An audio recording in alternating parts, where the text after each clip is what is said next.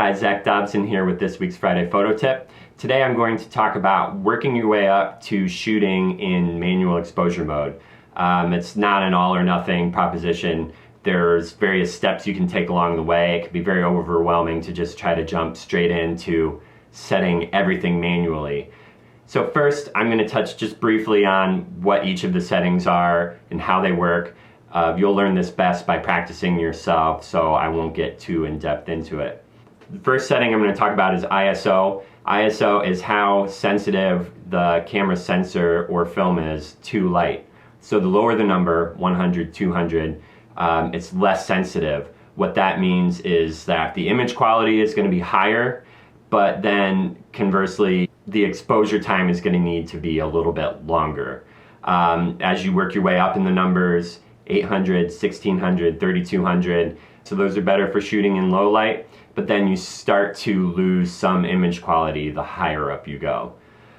So there's a lot of, just kind of trial and error with that as you get used to your camera and see, where you kind of draw the line of what looks good and what doesn't look so good.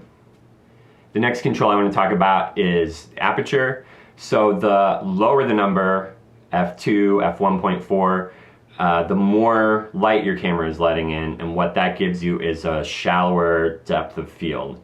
The higher up you go, f16, f22, the less amount of light comes into the camera, and that gives you more of the image in focus.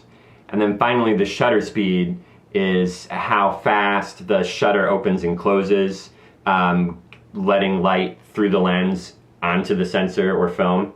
The values are largely in fractions of a second, so it'll be 1/250th, 1/500th, but most times putting it as a fraction is too cumbersome, so all it says is 250, 500, 1000, 2000, 4000, and so the higher that number goes, the shorter amount of time that shutter is actually open, and it's letting less light in. The longer it is, so you can start to get exposures that are seconds long, 1 second to 10, 30-second exposures.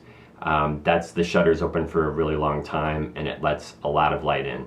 So those are the basic components. So there are several ways on the camera that you can set one or two of those three aspects manually, and the camera will set the other ones automatically. So typically how it works is that the ISO is independently set in your camera settings. So you can either set that manually, or if you don't want to mess with it at first, you can just set it on auto and see what the camera does, and then you can focus on the shutter speed and the aperture and just let the camera handle the ISO where it thinks it should go. For now, let's say you have your camera on auto ISO. There are 4 settings that you can choose from basically on any given camera. There's a full auto mode, there is a aperture priority mode that's marked with an A or an AV, and what that does is you set the aperture and the camera sets the shutter speed.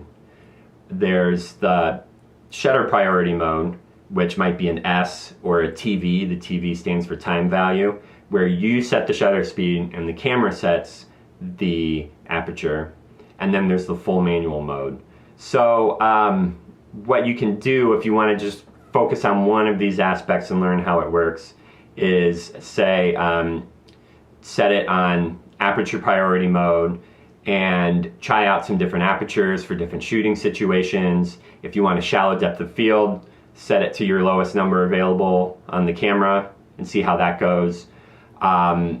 If you are outside shooting a landscape and you want to have a lot in focus, set it higher, f8, f11, f16, something like that, and then see how everything compensates. The camera usually has some sort of warning system if you're getting into an area where it's not going to get a decent exposure, like a number might turn red or a message might pop up, or it'll try to do its best to make sure that you don't set it to something that's going to get a bad exposure.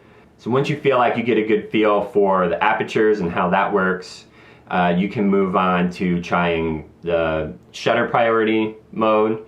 What that does is the faster the speed, the more it freezes action. So if you're out shooting something that has a lot of motion, kids running around or water splashing in the air, and you really want to stop the action, try out 1000, 2000, 4000, and see how it freezes things differently. If you want to show some motion blur, you take it the other way, 1/15 of a second. Slower than that, you can start to get blur just from holding the camera and your body's natural movements. So just try out some different things and see how it goes. And then once you have a feel for how those things work and complement each other, then you can start moving into shooting manual mode and see how it goes. Where manual really comes in handy is where a scene isn't necessarily evenly lit. So if you have an area of your picture that's a lot brighter than another area, this is where you want to start to look more at manual mode. On full auto mode, it's going to try to average everything. And so if you have one area that's a lot brighter, like shadows and sun, it will just completely overexpose the area that's in the sun because it's trying to average everything. That's where you want to start to try the manual mode, because you can set both the aperture and the shutter speed to make sure that what the part that's in the sun is properly exposed, and then the shadows fall away into darkness. So once you have a pretty good feel of shooting in manual mode with both the aperture and shutter speed settings, go ahead and start doing the ISO yourself too. You can use that as a tool to affect the image quality, or to move the aperture or shutter speeds in further directions.